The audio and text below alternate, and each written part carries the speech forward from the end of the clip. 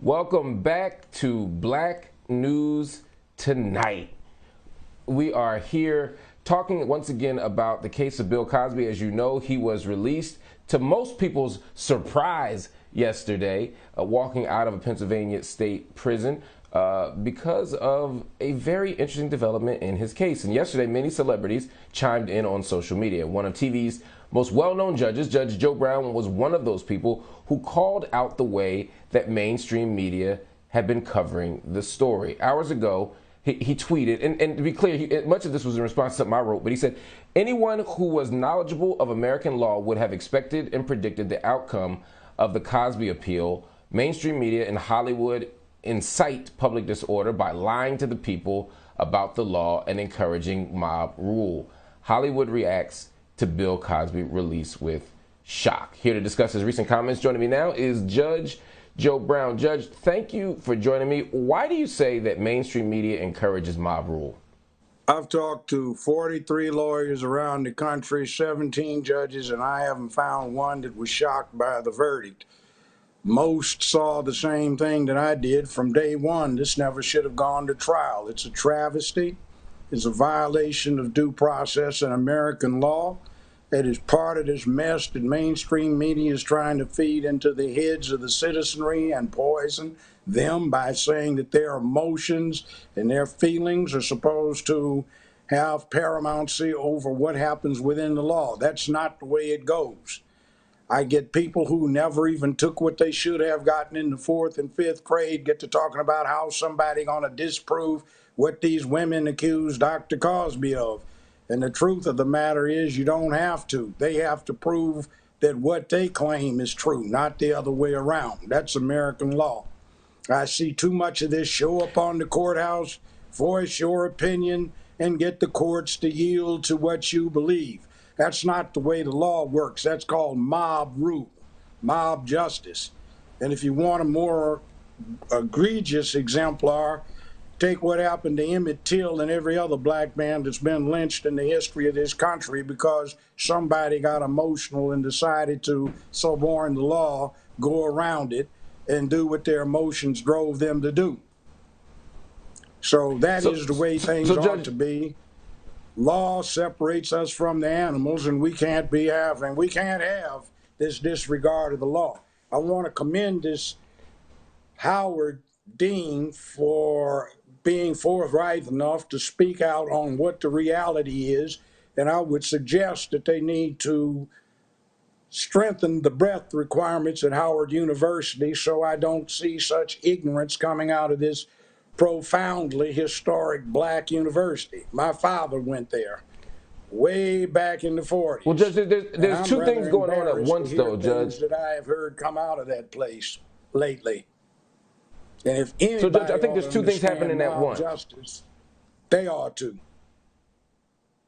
So, Judge, I think there's two things happening at once here. And I think, on the one hand, many of us are legitimately aware, and myself included, that the criminal legal system doesn't give equal outcomes to everybody, that black folk catch the worst end of this, that black men, when it comes to incarceration, get the absolute worst end of this. And the Bill Cosby case is an example of a prosecutor who was dishonest. Bill Cosby, absolutely, if he's told that you won't be prosecuted for giving this deposition and then he gets prosecuted, that is a violation of his rights and that is a violation of due process. Of course it is. On the other hand, due process. But on the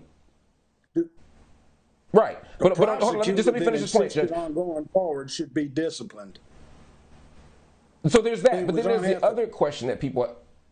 So then there's this other question that people, though, have, Judge, which is a legal question. Which is not a legal question. I think those two things, to some extent, are getting mixed up. And the non-legal question is about whether or not Bill Cosby actually did harm. Legally, you can say he's not guilty because the not guilty stands. He didn't do anything. American law, there is an absolute presumption of innocence until you are proven guilty beyond a reasonable doubt using due process of law. If there was no due process of law, that presumption of innocence does not remove itself and there is no valid conviction. If there is no valid conviction, that presumption of innocence stands as a rock for the Yes. defendant. At It is to keep the government from so acting in a dishonest fashion and using its powers for persecution. So yeah. Dr. So I think Cosby we're on the was same page not with found that. guilty through due process. He hasn't done anything. So under American law, the accusations are just that. They carry no weight other than accusations, and they must be proven using due process beyond a reasonable doubt. If they have not been, then they're essentially worthless, just so much talk.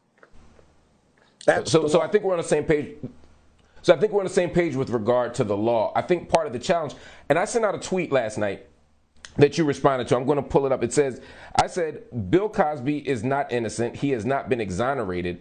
His release means that Cosby, a sexual predator, was incarcerated within a criminal legal system that has as little regard for its own rules and procedures as does Cosby for his victims. And you He responded, doesn't have you to be said, exonerated. He hasn't had any. Law is a baseless accusation. It has no right, weight. no, you. So under the law, I think we're on the same page again. But part of the American problem, law, part of the learn problem, this in the fourth and fifth grade, not law school. American law means when somebody makes an accusation, that's all it is. It has no weight. If there's probable cause, you have somebody answer the complaint. But if you cannot find someone guilty beyond a reasonable doubt, they have done nothing. They walk out of no, there with their again, presumption of innocence intact. How clear can that be? There is no, nothing to answer. He had a right to I think remain that part is silent clear. No, under the I think Fifth that part is clear, Amendment. Judge. And if he Let me remained just silent, let me the move the government conversation had the forward, burden though. of proving his guilt. It did not. So he Right. stands So I acquitted. guess what right. So what I want to do is just move the conversation up a little bit. I think you and I agree that legally he's not guilty. That legally he doesn't have any burden of proof. The state does, and it hasn't met that. Legally, his rights were violated. We're on the same page about that. I'm saying the legal question to me is rock solid. But I think what was happening yesterday was people were conflating those two things. They were acting as if because the state didn't meet its burden and because he was released based on the fact that he didn't get due process, his due process rights were violated, that was somehow proof of the belief that many people had that Cosby was actually not just legally not guilty, but actually didn't do anything at the they moral were and in ethical ignorance. level. And So, I mean, hold on one second. look, I just want to place.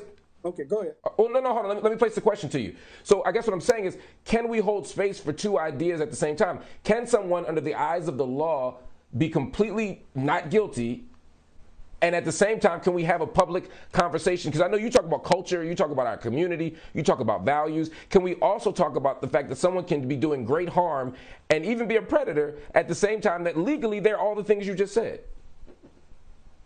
No, because the law presumes them innocent until you prove them guilty. It is a specious thing.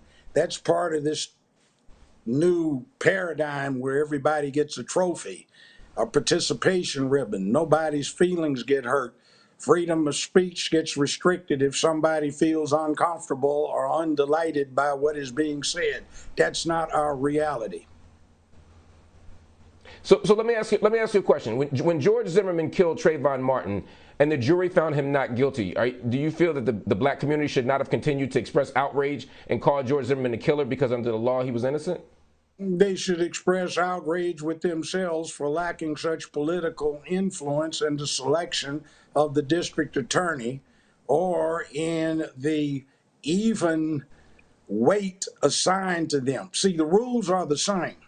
But from my perspective, I think of all the black folk that have called me over the last 35 of jury service, all of the black folk that voted a handout where you've got a racist idiot on that handout for judge and they don't even pay attention to who's on the ballot. I think of all of the black folk who don't go out and vote for sheriff or effectively for mayor or for the district attorney and complain about it. See, when you have an opportunity to do something about it, do it. And see, most of the people that are off in the penitentiaries are not in there for playing Robin Hood. They robbed from their neighbors, burglarized their neighbors, killed their neighbors, raped their neighbors, sold poison to their neighbors.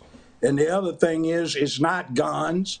It's not any excuse. It's we have got a lack of manhood and masculinity in our neighborhoods. See, masculinity is the imposition of a set of behavioral standards on a boy. So when the boy grows into a man, he has some things he has to do that he cannot get away with, that he is compelled to look to, making where he lives a better, safer, more secure place filled with economic prosperity, sense of purpose, morality, and ethics. He is a man of public peace, dignity, and order, who is a man of peace, who can be a brave and courageous man when necessary. See, we have to start Judge, taking let me our pause you for a neighborhoods minute. back. We're going to take a Judge. I want to hear more about that, Judge. We're going to take a quick break. We're going to take a quick break and bring it right back. I'm going to push you on some of those things as well. Stay with me. We got more Black News Tonight coming up right after this. Welcome back to Black News Tonight. We're talking Bill Cosby and the aftermath of his case. I'm here with Judge Joe Brown. Judge, again, early in the conversation, we sort of stipulated to the legal parts of this, and we both agree that everyone deserves the right to due process, and no one should be sitting in prison or jail for something that they either didn't do or if their rights are violated, or both. But you've also raised this interesting question that I think is worth unpacking a bit, and that's about ethics and morality within the Black community and holding each other accountable and talking about manhood and masculinity.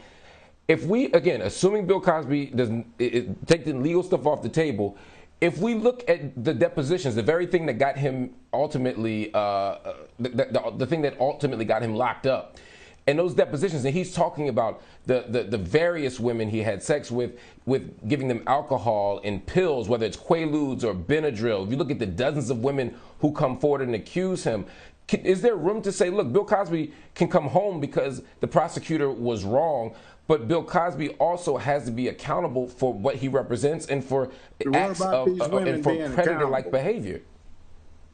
What about these women being accountable for their own behavior? They were groupies. Well, you know, sex, drugs, rock and roll, sex, drugs, rap, sex, drugs, baseball, football, basketball, movies, television.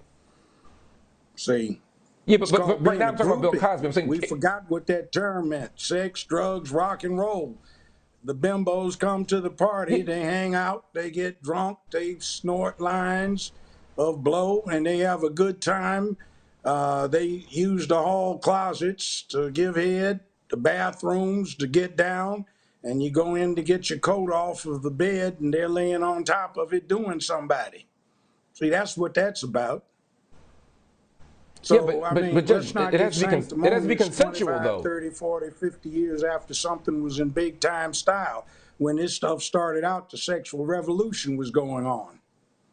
And a lot of women got into it deeply.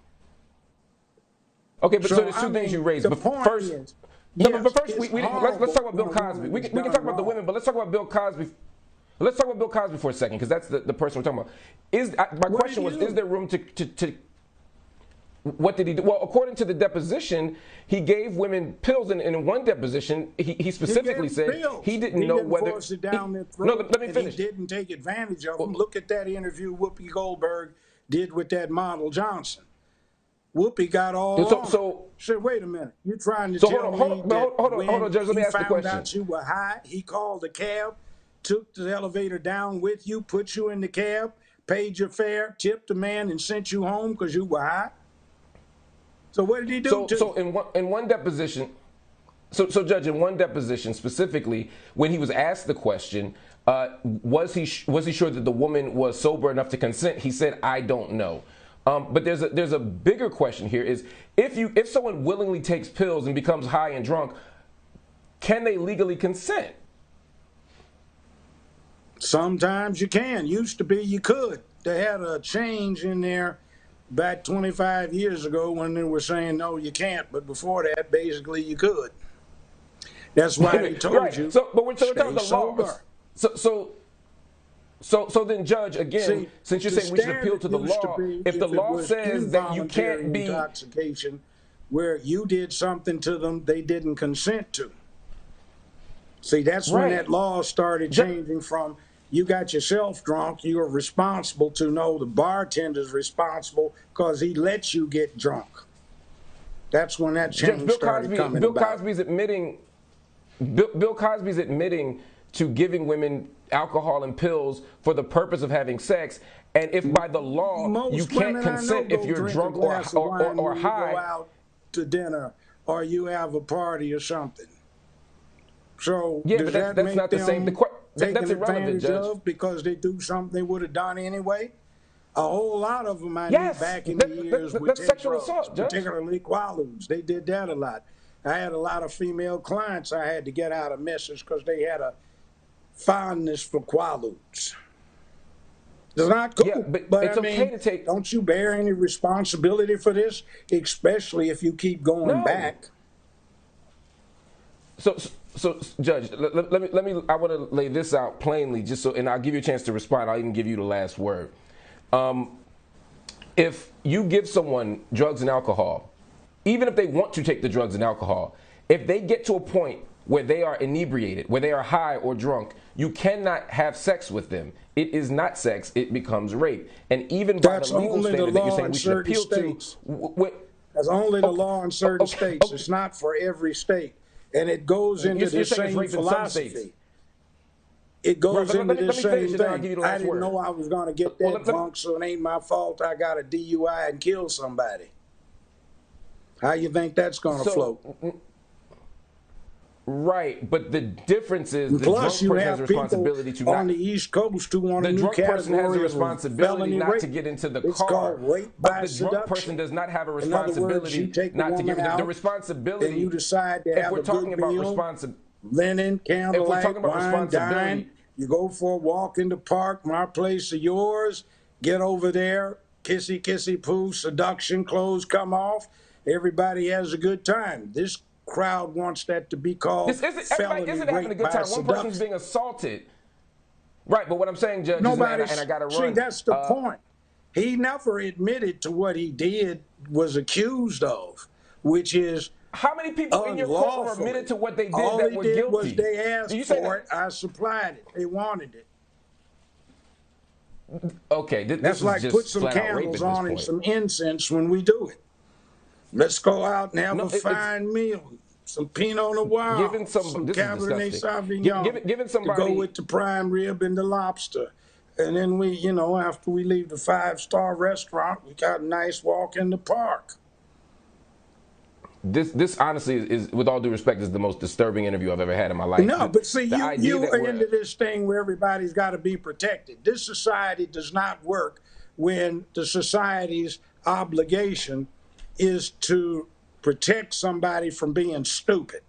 You protect somebody's rights. To protect somebody from being to raped, but we got to go, their Judge Joe Brown. discretion We can have a conversation, but you I can't got to run protect commercial them break. from I'm themselves. way past commercial Just break. like you can't protect somebody from liability for killing someone in a fatal DUI because the bartender didn't stop serving them when they kept asking.